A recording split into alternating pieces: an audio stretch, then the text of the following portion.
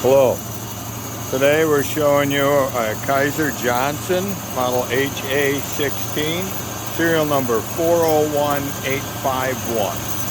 This is rebuilt for a customer. This is their machine. Right now we're cutting one of 4 pieces, 1.25" blade. I'm going to walk around the machine and explain some of the things that have been done to the machine. Starting on the front left here, we have new bearings in the wheel. Idler wheel assembly, new gauge. Made up some hoses over here. Limit switch in back here is new and rewired.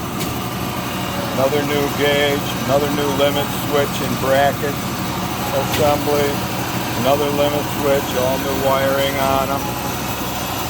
Of course, everything has been taken apart completely and clean. We have new bearings on the roller table back here. Come around the back here. New wiring on that limit switch. We rebuilt the coolant pump. We rebuilt the variable drive pulley system.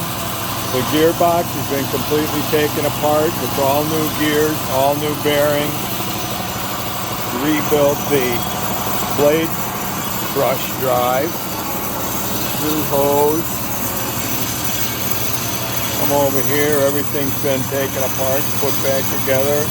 Rebuilt guide arms, fixed the counter, and of course new bearings on the drive pulley.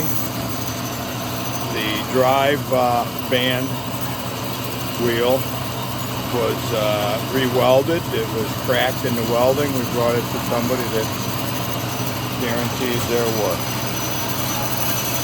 So right now that's a piece counter. Yeah, that's a piece counter and that works.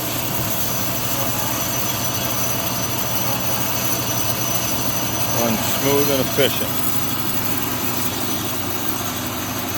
The Kysor Johnson model HA16. Here's the interesting part.